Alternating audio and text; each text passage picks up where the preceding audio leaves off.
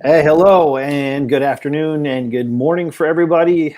Scott Pierce, Premium Cigar Association, along with Joshua Habersky, head of our government affairs. Today, going over just a very brief government affairs update and kind of what's going on. So, obviously, officially a new administration, and with that is going to come a whole new host of challenges for us, and also, not to mention, we have a significant amount of challenges that are going on in quite a few states as well. So on that note, Josh, I'm going to turn it over to you to kind of lead this discussion and kind of give us a brief overview of where we're at and what's going on. And so please feel free, anybody ask questions and let us know what's going on. If you guys have any questions, we'll be happy to answer them. Thanks, Scott. Yeah, absolutely. We'll have a set of challenges, but also a set of opportunities at both the state and federal level. Of course, we had the inauguration yesterday, and then also formally the Senate flipped from Republican to Democrat. So we're doing a lot of our initial outreach meetings with the new offices, the new staff. We're really in the thicket of it. We'll probably have 20 meetings over the course of the next 2 weeks. Especially with those new offices, getting our message across of what is a premium cigar, what is the PCA, what is some of the challenges that we face across the board and how they can be helpful.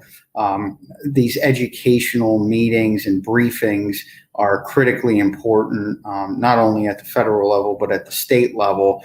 As you know, a lot of what we have to do is provide the foundation to policymakers so that they can make informed decisions. I think every week we have one meeting where somebody doesn't know what a premium cigar actually is.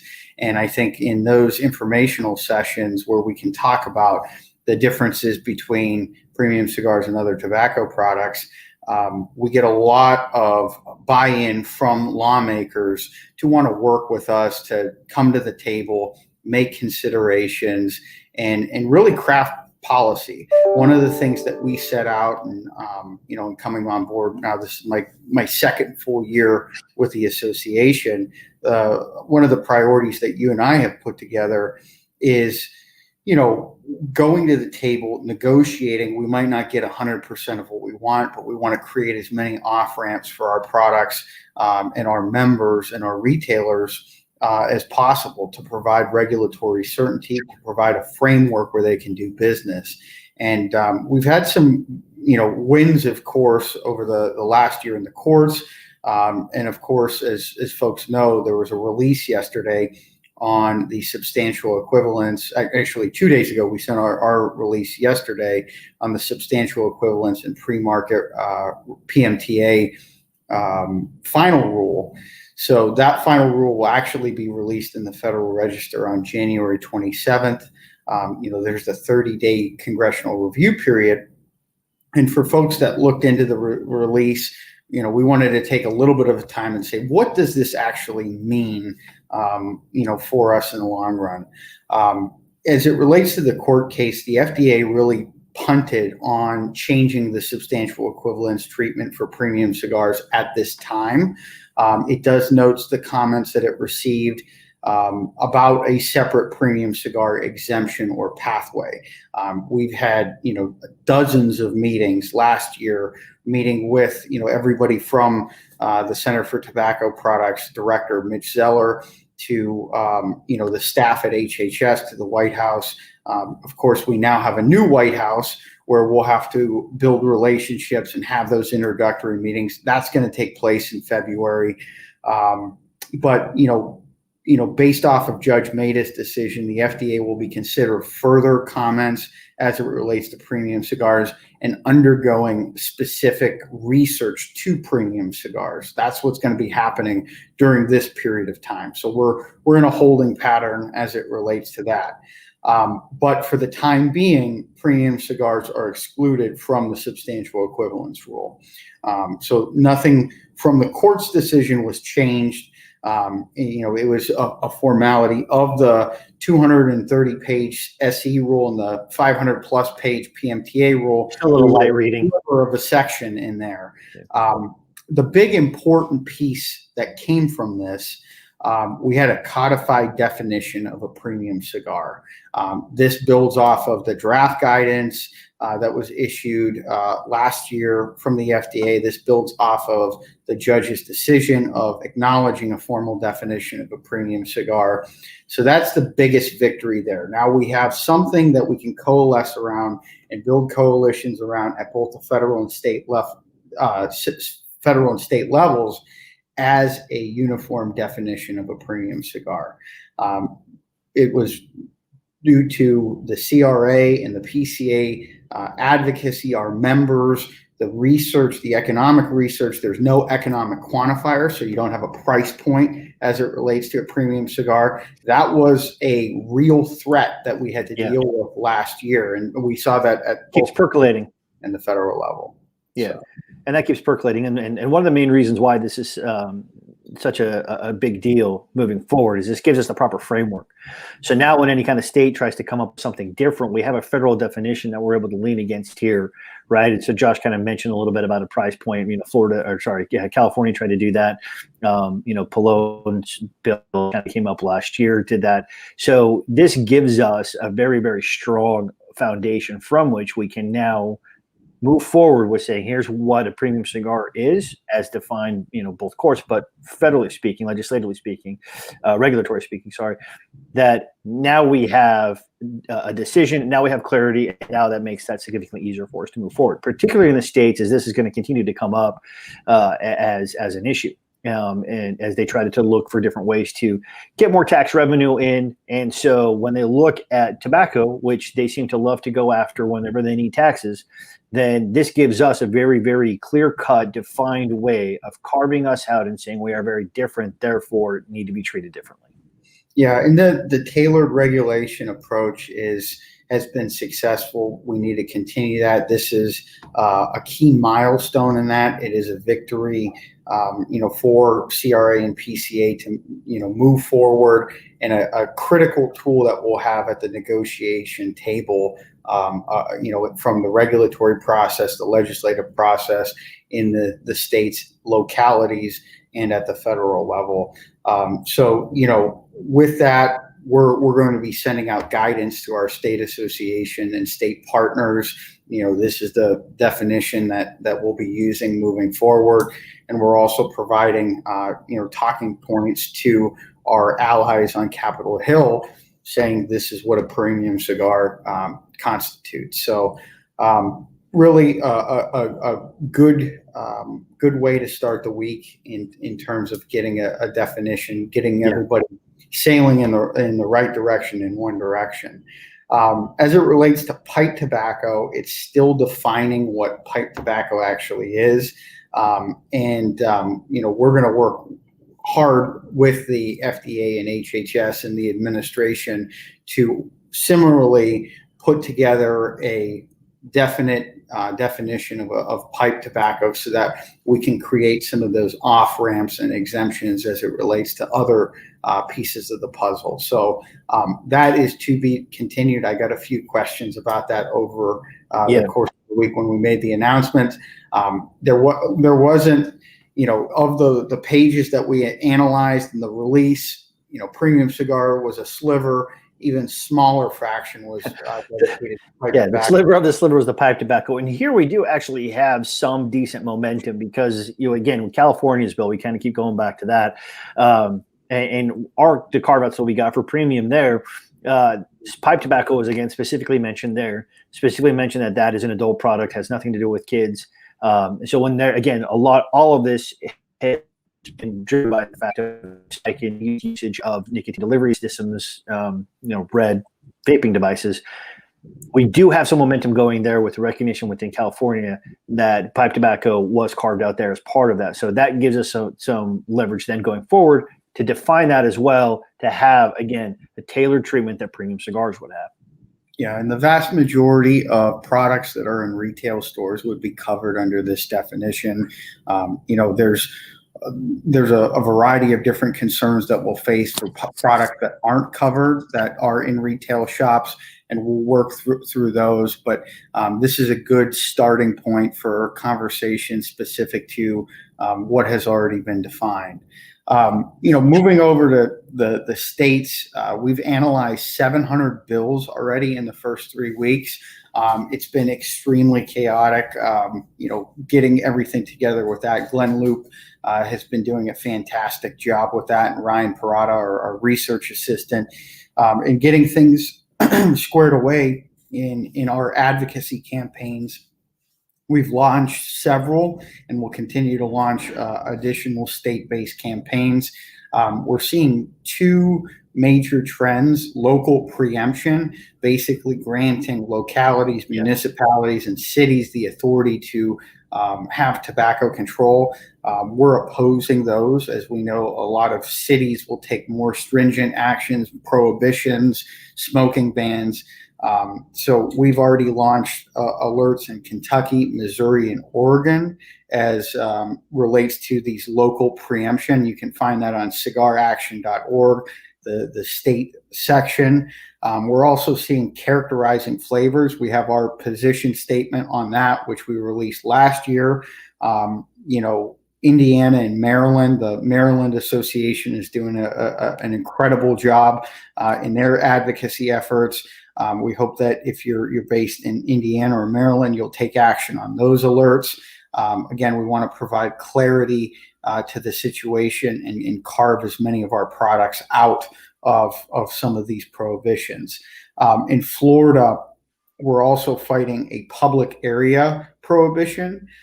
So one of the things that we're facing there is, in beaches, in public parks, essentially there's a bill in Florida that would prohibit smoking in any of those areas. And as all of you know, Florida is a major state for the premium cigar industry, but also a travel destination where many people go and frequent to enjoy the cigar culture there. So we will be putting together testimony for a hearing next week that will oppose that prohibition on the public areas, and we'll be launching a grassroots action alert either today or tomorrow.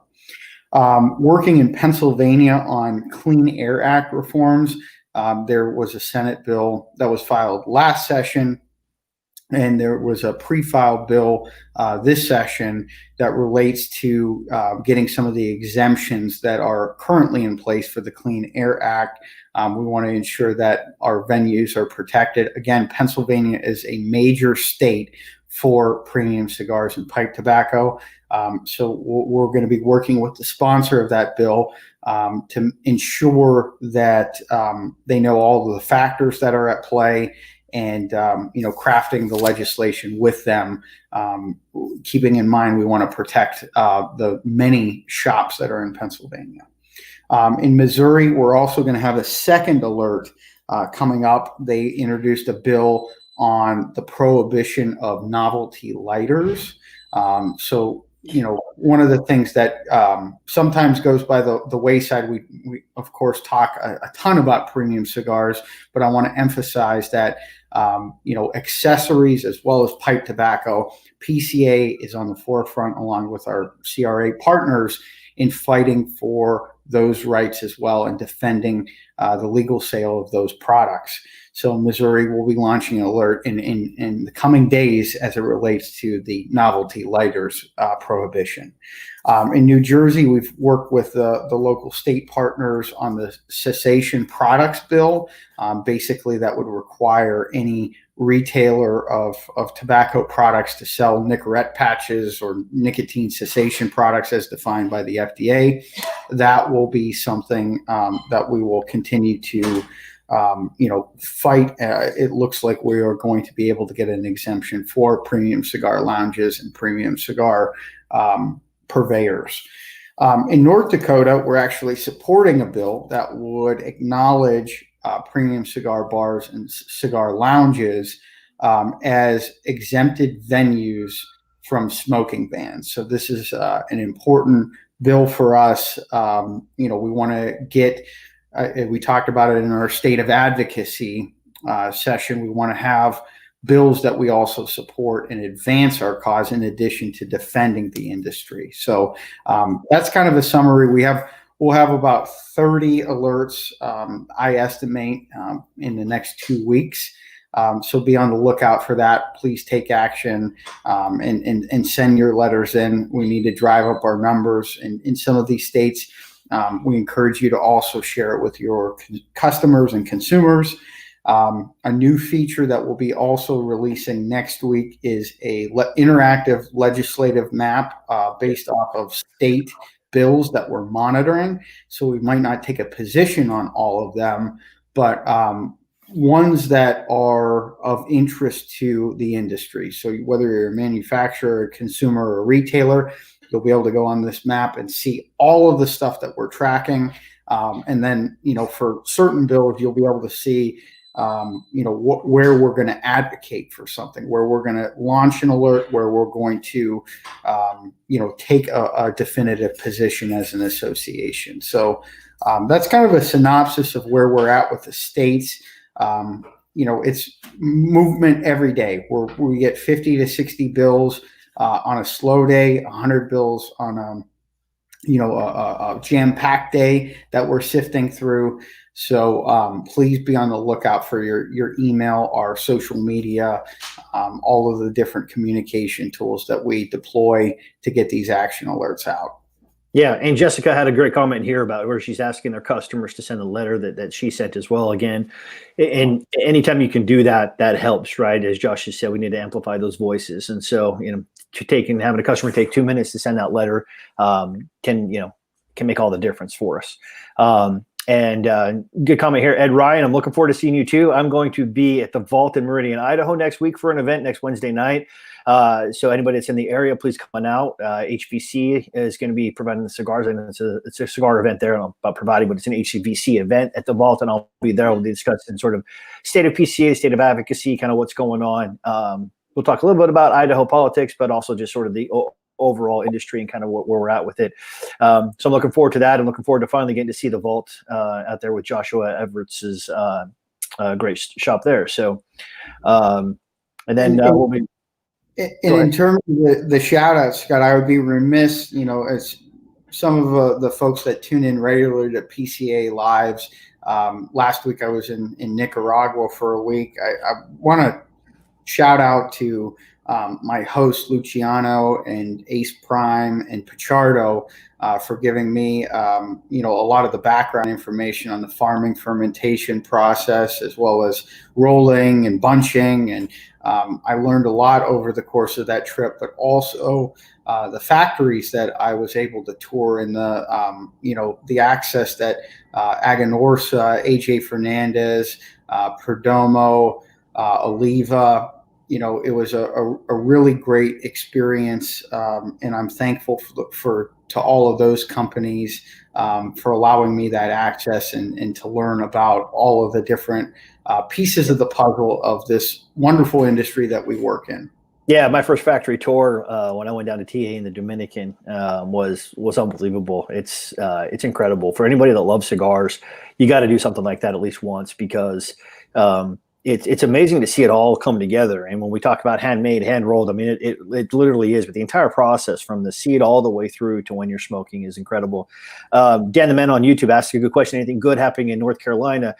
In particular in lobbying, I would say more specifically in the premium cigar and pipe world lobbying, we like to consider ourselves oftentimes as like left tackles in football. If we allow 0 sacks, or if no sacks happen, that's a good day. So if nothing's happening in North Carolina, that means good things are happening in North Carolina. That means there's no attacks coming right now that we're seeing.